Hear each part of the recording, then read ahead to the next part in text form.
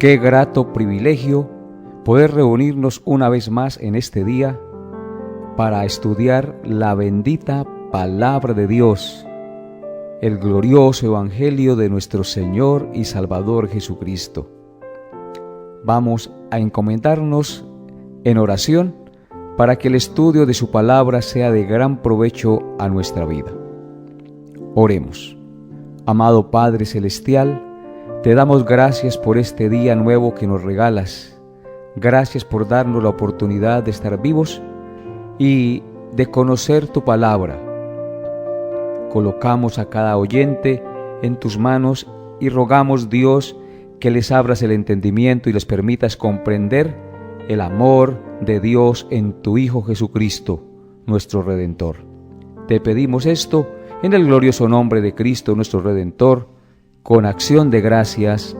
Amén y amén. Seguimos adelante con nuestro estudio expositivo del Evangelio de Marcos. Nos corresponde hoy exponer el Evangelio en Marcos capítulo 14, versículos 1 y 2. Hoy meditaremos solo en estos dos versículos, Marcos 14, del 1 al 2. Dice así la palabra de Dios.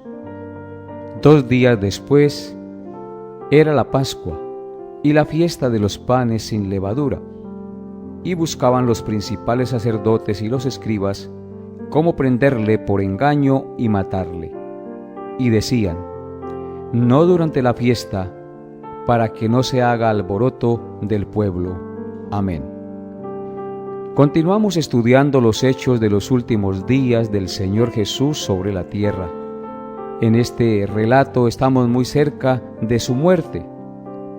Había comenzado la Pascua, y justo cuando el Cordero Pascual estuviera siendo sacrificado, el Cordero de Dios estaría siendo crucificado para quitar el pecado del mundo y asegurar que vendrá un mundo nuevo, sin pecado, cuando Él regrese por segunda vez. Pero antes de llegar esa hora, se nos narra cómo los principales sacerdotes y los escribas buscaban cómo matar al Señor de una manera astuta y malévola. Dice la palabra de Dios en el texto que consideraremos en este día, que 2 días después de la Pascua y la fiesta de los panes sin levadura, buscaban los principales sacerdotes y los escribas cómo prenderle por engaño y matarle, amables oyentes, y se decían: no durante la fiesta, para que no se haga alboroto del pueblo. Lo primero que nos llama la atención y nos deja desconcertados al observar este pasaje es que estos hombres que querían matar al Señor Jesucristo a toda costa eran los principales sacerdotes y los escribas, es decir, las autoridades espirituales del pueblo de Israel. Uno esperaría que ellos fueran los defensores de Jesús, porque ellos conocían las Escrituras y deberían saber que aquel a quien pensaban matar era el Mesías, pero en lugar de esto eran sus más acérrimos enemigos. Y la razón del por qué querían matarlo era porque Jesús había denunciado públicamente y duramente su hipocresía religiosa, y además había denunciado la forma como estos maestros habían engañado al pueblo, alejándolo del conocimiento del Dios verdadero y llevándolos a desobedecer su santa ley con normas y tradiciones humanas.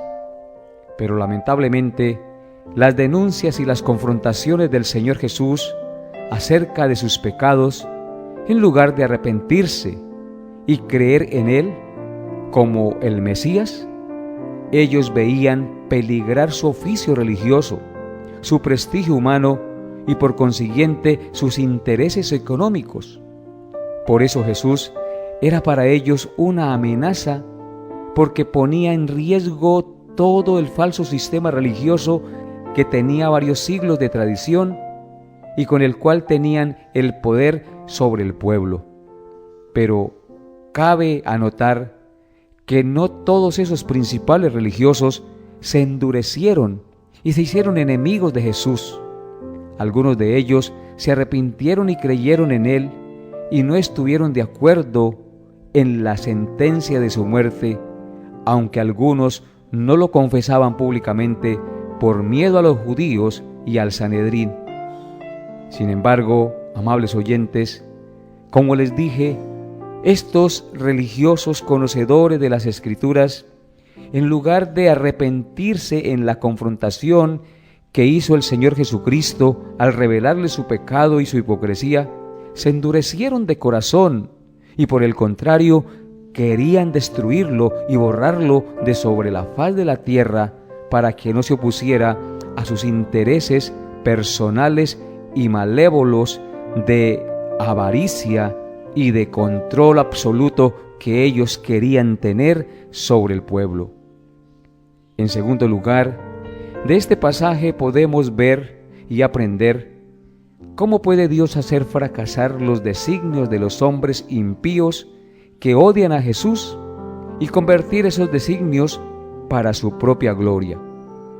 Al observar este pasaje de Marcos y del pasaje paralelo de Mateo, vemos claramente que los enemigos de nuestro Señor no tenían la intención de que su muerte fuese un acto público.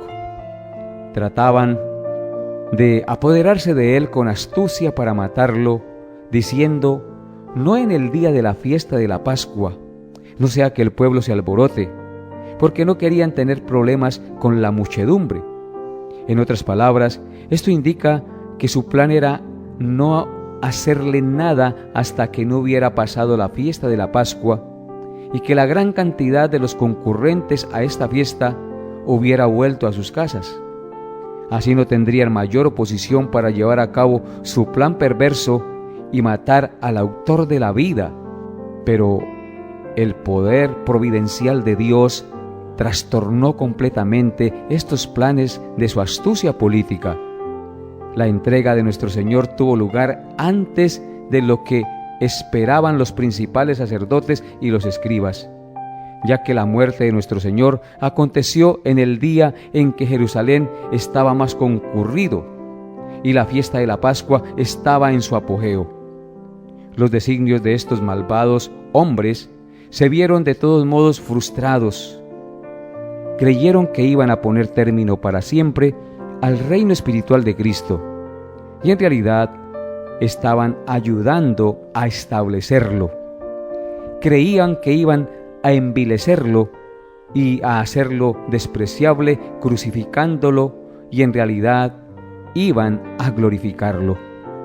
Creían que podían darle muerte privadamente sin ser observados, y muy al contrario, se iban a ver compelidos a crucificarlo en público a vista de toda la nación judía.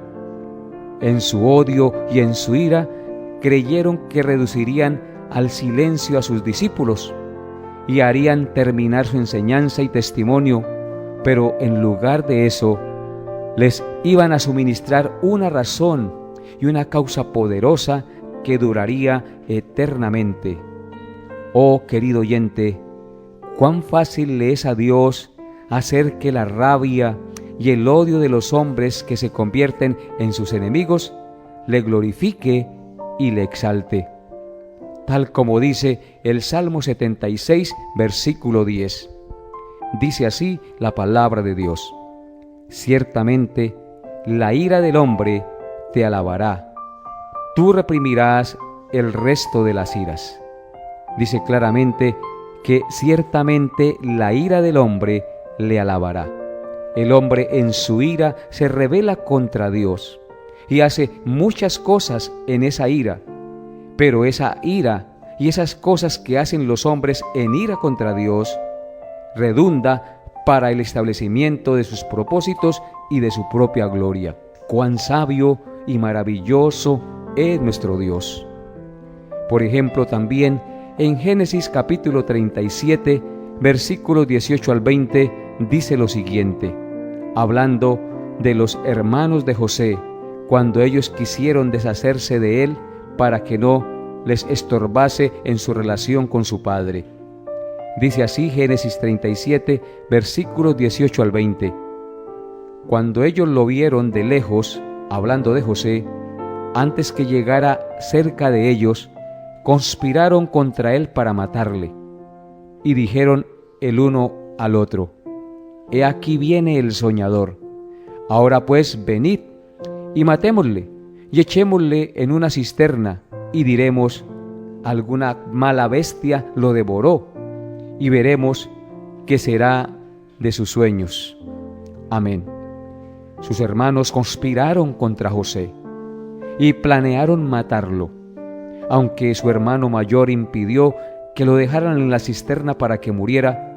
De todas maneras, después lo vendieron a los mercaderes como esclavo. ¿Y qué pasó con esa decisión de ira y de rabia en contra de José que sus hermanos mostraron contra él?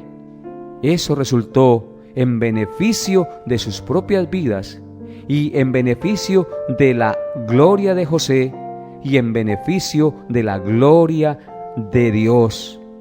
Porque ¿qué pasó con José? Luego se convirtió en el segundo hombre más importante de Egipto. ¿Y qué pasó en la tierra de Canaán? Hubo hambre y ellos tuvieron que llegar allí para buscar ayuda y comida de los egipcios.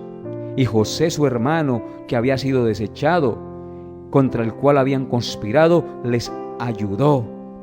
En otras palabras, ellos pensaron mal contra José, pero Dios encaminó ese acto perverso y malévolo de sus hermanos para tener en vida a mucho pueblo. Es decir, lo encaminó para bien. ¡Cuán glorioso y cuán poderoso nuestro Dios, que cambia los planes malévolos de los hombres para el bien propio de los hombres y la gloria y el desarrollo de sus propósitos en esta tierra! ¡Qué maravilloso es nuestro Dios! Y por ejemplo también en Daniel, capítulo 3, versículos 19 al 20, dice: Entonces Nabucodonosor se llenó de ira y se demudó el aspecto de su rostro contra Sadrach, Mesach y Abednego, y ordenó que el horno se calentase 7 veces más de lo acostumbrado, y mandó a hombres muy vigorosos que tenía en su ejército, que atasen a Sadrach, Mesach y Abednego para echarlos en el horno de fuego ardiendo. Vemos aquí que el rey Nabucodonosor se llenó de ira cuando estos 3 muchachos se negaron a darle honra a su Dios y prefirieron morir quemados antes de darle gloria y honra a un Dios falso, porque ellos adoraban al Dios verdadero. Y cuando este rey se enojó, mandó echarlos al horno. ¿Pero qué pasó? Ellos fueron librados del horno de fuego por el poder de Dios. Ni el pelo ni nada se les quemó, porque Dios los guardó y los protegió. ¿Y qué pasó entonces con esa ira del rey al mandar echar a estos muchachos al horno de fuego? Ese acto resultó en gloria para Dios y en beneficio de aquellos siervos que no se habían rendido ante las demandas de este rey impío. Noten lo que dice Daniel 3, versículo 28. Entonces Nabucodonosor dijo: Bendito sea el Dios de ellos, de Sadrach, Mesach y Abednego, que envió su ángel y libró a sus siervos que confiaron en él y que no cumplieron el edicto del rey y entregaron sus cuerpos antes que servir y adorar a otro Dios que a su Dios. Vemos pues entonces cómo este acto de ira resultó en la gloria de Dios y en la exaltación de estos 3 muchachos que prefirieron entregar sus cuerpos al fuego antes que servir a otro Dios. Amables oyentes, todo esto es muy consolador para los verdaderos cristianos que viven en un mundo turbulento, agitados por la ansiedad de los acontecimientos públicos y por las cosas que suceden en contra nuestra y cosas que muchas veces no entendemos. En primer lugar, les quiero decir tengan paz, porque el Dios infinitamente sabio lo ha ordenado todo para el bien de sus hijos, aun aquellas cosas que son dolorosas y que muchas veces no las podemos entender. No tengan la menor duda de que todo lo que sucede en el mundo, aun las cosas que nos hacen nuestros enemigos, redundarán al fin en gloria del Padre Celestial y beneficio espiritual de nuestras propias vidas, porque Dios tiene el control de todas las cosas. Porque las Escrituras dicen en Romanos 8:28 lo siguiente: y sabemos que a los que aman a Dios, todas las cosas les ayudan a bien, esto es, a los que conforme a su propósito son llamados. Qué gran bendición escuchar estas palabras. Sabemos que a los que aman a Dios, todas las cosas, sean buenas, sean malas, sean medio agradables o no agradables, todas las cosas nos ayudan a bien, porque hemos sido llamados por Dios a formar parte de su pueblo. Y en segundo lugar, recuerden siempre las palabras del Salmo número 2, que dicen así: ¿por qué se amotinan las gentes y los pueblos piensan cosas vanas? Se levantarán los reyes de la tierra y príncipes consultarán ungidos contra Jehová y contra su ungido, diciendo: rompamos sus ligaduras y echemos de nosotros sus cuerdas. El que mora en los cielos se reirá de ellos, el Señor se burlará de ellos. Amén. Estas palabras son muy consoladoras. Aunque la humanidad entera se levante contra Dios y trate de sacarlo y zafarse de su dominio y control, el Señor, dice el texto, se burlará de ellos, porque Él es el juez supremo y nadie podrá escapar a sus justos juicios. Así ha sucedido en tiempos pasados, y lo mismo será en el presente, y lo mismo también será en el porvenir. Estos religiosos escribas y fariseos de nuestro pasaje que estamos estudiando en el día de hoy, pensaron sus caminos, pero se olvidaron que Dios dirige y encamina todas las cosas, aun las más insignificantes, para llevar a cabo sus propósitos eternos y frustrar los planes de los malvados, porque nada escapa a su control soberano, amable oyente. Por eso rindámosle gloria, honra y honor a nuestro Dios, porque Él tiene el control de todas las cosas. Noten lo que dice el proverbista en Proverbios 19, versículo 21. Muchos pensamientos hay en el corazón del hombre, mas el consejo de Jehová permanecerá. Así es, amable oyente. Muchos pensamientos hay en el corazón de los hombres. Ellos piensan su camino. Ellos quieren vivir una vida apartada de Dios. Tienen muchos pensamientos en su corazón. Mas dice el texto, mas el consejo de Jehová permanecerá. Es decir, los designios, los decretos eternos de Dios, aquellos que Él preparó desde antes de la fundación del mundo, se cumplirán y se llevarán a cabo sin falta en este mundo, porque su consejo, sus decretos permanecerán para siempre, y ningún hombre podrá frustrarlos. Aunque yo piense mi camino, Dios enderezará mis pasos y llevará a cabo su propósito en mí. Ninguno puede frustrar los propósitos y el consejo de Dios en esta vida, porque Dios tiene el control soberano sobre todo. Noten lo que dice el Salmo 33, versículos 10 y 11. Jehová hace nulo el consejo de las naciones y frustra las maquinaciones de los pueblos. El consejo de Jehová permanecerá para siempre, los pensamientos de su corazón por todas las generaciones. Así es, amables oyentes, la palabra de Dios es clara. Nos dice que Jehová hace nulo el consejo de las naciones. Es decir, nadie puede en sus planes y en sus propósitos frustrar los planes de Dios, porque Jehová los hace nulos y los desbarata y los acaba, porque Dios frustra las maquinaciones de los pueblos que van en contra de su perfecta voluntad. El consejo de Jehová permanecerá para siempre, y los pensamientos de su corazón por todas las generaciones. Esto indica que su palabra y sus propósitos siempre serán. Nadie los frustrará y siempre serán frescos y permanentes, porque cielo y tierra pasarán, pero sus palabras no pasarán. Sus pensamientos durarán por todas las generaciones, y lo hemos visto a través de estos siglos y de estos milenios. Desde que el Señor creó los cielos y la tierra y se reveló al hombre, sus propósitos se han ido cumpliendo paulatinamente y nadie ha podido frustrarlos, aunque el hombre en su rebeldía se levante contra Dios. Dios lo detiene y frustra en todos sus propósitos, porque Él tiene el control soberano sobre todo, y eso nos debe llenar de mucha confianza, amables oyentes.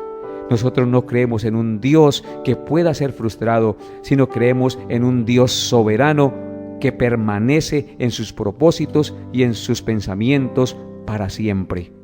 Por eso, en Proverbios 16, versículo 1 dice: del hombre son las disposiciones del corazón, mas de Jehová es la respuesta de la lengua. El hombre puede pensar muchas cosas, el hombre puede planear muchas cosas, pero solo Dios puede dar la respuesta a esos planes y a esos propósitos que el hombre tiene. Nadie puede hacer lo que quiera sin el control ni el permiso soberano de Dios. Esa es la realidad, y nosotros tenemos que rendirnos a ese Dios que nos revelan las Sagradas Escrituras.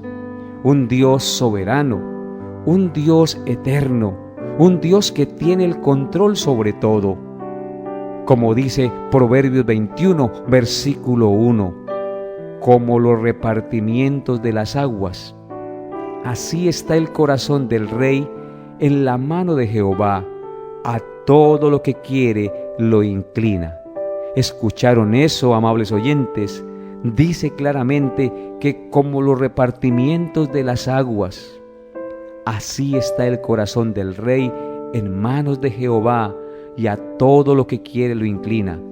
Así como los ríos y los arroyos en el universo entero están repartidos de una manera soberana por el Dios que creó los cielos y la tierra, así, dice la palabra, Dios encamina o encausa el corazón del rey a todo lo que quiere.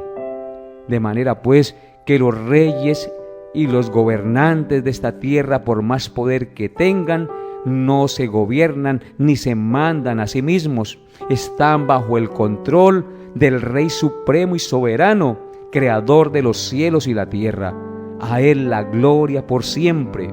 Alabemos el nombre de nuestro Dios y glorifiquémosle en su Hijo Jesucristo, que vino al mundo para dar su vida en rescate por nosotros. Porque no hay sabiduría, ni inteligencia, ni consejo contra Jehová. El consejo de Jehová permanecerá. Esto es glorioso y nos llena de mucha confianza, pero no de cualquier confianza, sino de la confianza eterna y segura de estar en las manos santas, poderosas y eternas de un Dios que tiene el control soberano de todas las cosas en el mundo entero. Bendito y alabado sea nuestro Dios, que nos permite entender y comprender estas cosas. Démosle gracias en esta mañana y alabemos a nuestro Dios, porque estos hombres creyeron acabar con Jesucristo, matarlo privadamente, y Dios lo hizo en público. creyeron que al matarlo acababan con la obra de Cristo y por el contrario, lo que hicieron fue iniciar la obra de Cristo de una manera contundente y universal, porque eso dio motivo y fuerzas y poder de parte de Dios a sus discípulos para comunicar el mensaje de salvación al mundo entero, tal como lo estamos viendo en nuestros días. Padre, salva a muchos en este departamento y en esta nación que tanto lo necesitan. Te lo pido en el nombre de Jesús con acción de gracias. Amén y amén. Hasta aquí nuestra enseñanza por el día de hoy. Nos vemos Dios mediante el próximo programa. Bendiciones a todos en Cristo Jesús. Hemos llegado a la parte final de Tiempo con Dios. Agradecemos su fiel sintonía y deseamos que la paz de Dios, que sobrepasa todo entendimiento, guarde sus pensamientos y corazones en Cristo Jesús. Les esperamos en nuestra próxima emisión para tener un tiempo con Dios.